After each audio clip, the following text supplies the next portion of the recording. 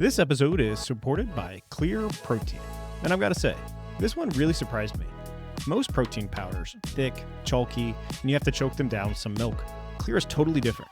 It's a whey protein isolate that mixes clear in water, more like a sports drink than a heavy shake. You still get 20 grams of protein per serving, with zero sugar, zero lactose, and none of that bloated feeling you get from traditional shakes.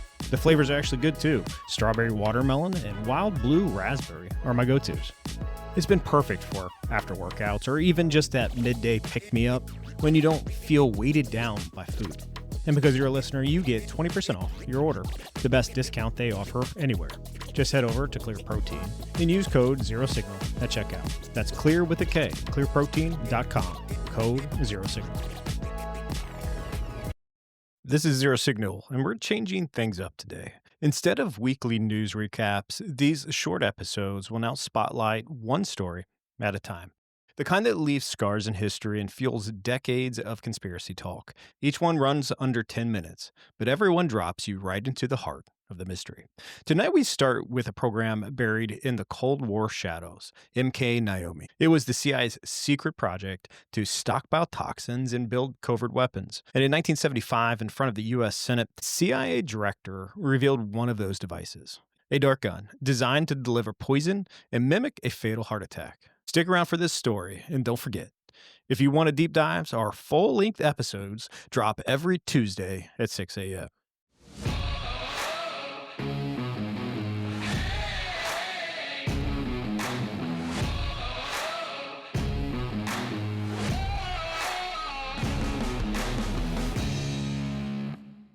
Does this pistol fire the dart? Yes, it does, Mr. Chairman. The round thing at the top is obviously the sight. The rest of it is what is practically a normal 45, although it's special. However, it works by electricity. There's a battery in the handle, and it fires a small dart. So that when it fires silently? Almost silently, yes. Very little. What range does it have? 100 meters. 100 meters, I believe. About 100 yards, 100 meters. About 100 meters range. And the dart itself, when it strikes the target, does the target know that he's been hit and about to die? That depends, Mr. Chairman, on the particular dart used. There are different kinds of these flechettes that were used in the various weapon systems, and a special one was developed which potentially would be able to enter the target without perception. Without perception? Right. And did you find such darts in the library, in the laboratory? We did. What you just heard came from the 1975 Senate hearing, a part of what became known as the Church Committee. In this session, CIA Director William Colby revealed a strange, almost cinematic weapon, a pistol designed to fire a frozen dart coated in shellfish toxin. The dart would enter the body, melt away, and leave little to no trace. To outside doctors, the victim might look like they have suffered a sudden natural heart attack. This wasn't science fiction, though. This was an actual device engineered in the shadows of the Cold War. And it was connected not to the famous MKUltra program of mind control and LSD experiments, but in the quieter sibling, MKNAOMI. MKNAOMI was a joint effort between the CIA and the U.S. Army Special Operations Division at Fort Detrick, Maryland. While MKUltra chased the ideal of psychological control, MKNAOMI focused on the physical, toxins, pathogens, and covert delivery systems. Its purpose was to maintain and stockpile of lethal and deadly agents, to design ways of using them without leaving fingerprints. Official documents describe it plainly. Keep exotic substances ready to go, and develop special and unique items for clandestine missions. It was the CIA's chemical and biological weapons toolkit, tucked away behind layers of secrecy. By the early 1970s, President Nixon signed international agreements banning biological weapons, and MKNAOMI was supposedly shut down. But that 1975 hearing revealed otherwise. Along with the weapon you just heard about, investigators discovered vials of a poison called saxitoxin, which is a deadly shellfish poison, still in CIA storage years after the ban.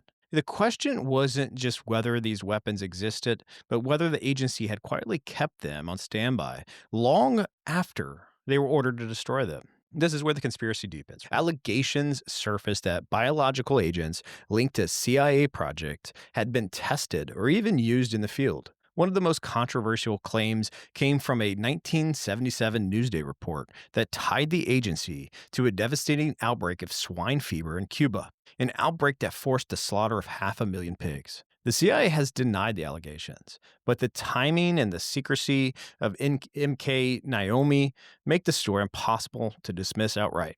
And that's the legacy of this program. Even when it was dragged into the daylight, the evidence that survived was only partial. Most records were destroyed, the rest heavily redacted. What we're left with are glimpses: a dark gun shown to senators, toxins found in storage, and whispers of operations we may never fully confirm. Now, here, listen to the rest of this Senate hearing. My first question is, why did the agency prepare a shellfish toxin for which there is no practical antidote, which attacks the nervous system and brings on death very quickly? Why did the agency prepare toxins of this character in quantities sufficient to kill many thousands of people? What was the need for that in the first place, long before the presidential order came down to destroy this? I think the first part of the answer to that question, Mr. Chairman, is the fact that the L pill, which was developed during World War II, does take some time to work and is particularly agonizing to the subject who uses it. Some of the people who would be natural requesters of such a capability for their own protection and the protection of their fellow agents really would not want to face that kind of a fate. But if they could be given an instantaneous one, they would accept that. And that was the thought process behind developing the capability. Now, I cannot explain why that quantity was developed, except that this was a collaboration that we were engaged in with the United States Army. And we did develop this particular weapon, you might say, as for possible use. When CIA retained the amount that it did, it obviously did it improperly. This quantity and the various devices administering the toxin that were found in the laboratory certainly make it clear that purely defensive uses were not what the agency was limited to in any way. There were definite offensive uses. In fact, there were dart guns. You mentioned suicide. I don't think that the suicide is usually accomplished with a dart, particularly a gun that can place the dart in a human target in such a way that he doesn't even know that he's been hit. There's no question about it. It was also for offensive reasons. No question. While the better-known cousin, MK Ultra, focused on drugs and mind control, MKNAOMI was the darker side of the coin. Its mission was to stockpile toxins, pathogens, and tailor-made delivery devices, the kind of tools that could kill silently, incapacitate a target without a trace, or even sabotage an enemy's food supply.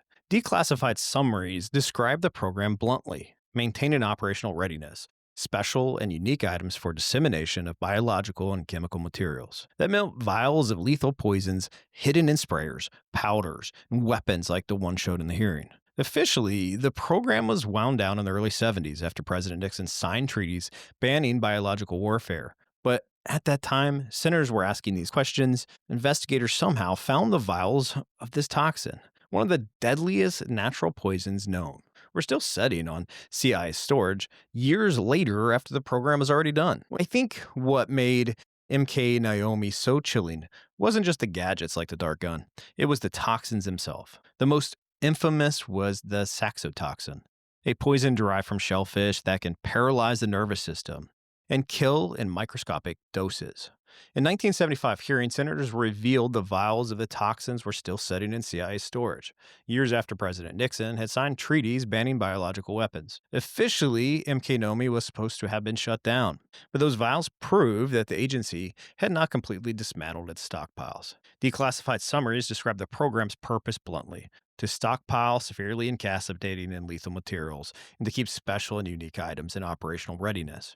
That meant lethal poisons, incapacitating agents, and biological organisms that could be used to sabotage food, animals, or even whole populations. William Colby, then director of CIA, explained it matter-of-factly to Congress, as if keeping a poison designed to mimic a heart attack was just routine. That calm testimony, set against the reality of what was being described, is part of why the heart attack gun and the toxins behind it remind some of the most disturbing artifacts of the Cold War hidden arsenal. So what else was MKNAOMI doing besides stockpiling toxins and building exotic weapons? Declassified records and testimony gives us glimpses of what they were doing. Alongside this shellfish toxin, the CIA and the Army's Special Operations Division at Fort Detrick were experimenting with ways to contaminate food supplies, destroy crops, and spread disease among animals. Documents described incapacitating agents meant to temporarily disable people, irritants that could disorient or confuse, and specialized delivery system, things like disguised sprayers, powders hidden in everyday objects, and covert darts. The program's mission wasn't just to have poison in a vault.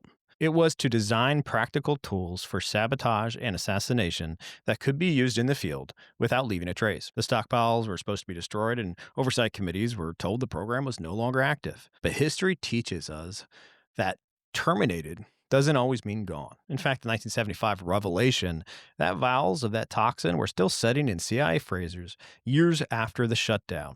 How can you be in compliance? If it's sitting in a freezer, I'll never know. They say it was too expensive and too much money and we could never replicate it. We couldn't simply get rid of it. I think that's a lie, and that's a lie that they're feeding us. But it also makes us ask a better question. Are programs like this still running today?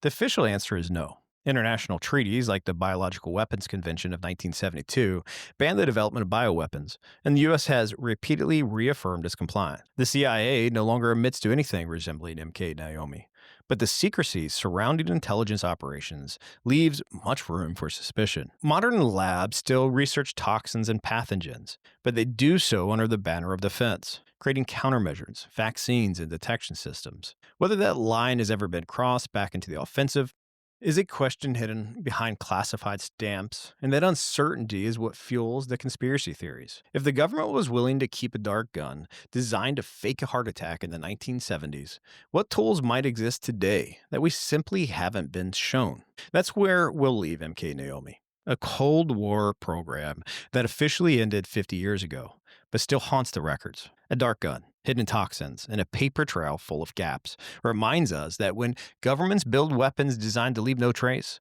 the truth is easier to bury. Thanks for listening to this short episode of Signal Zero. For the full deep dives, our long-form episodes drop every Tuesday at 6 a.m. Make sure you're subscribed, listen, follow. Until next time, question everything, have discernment, believe in Christ.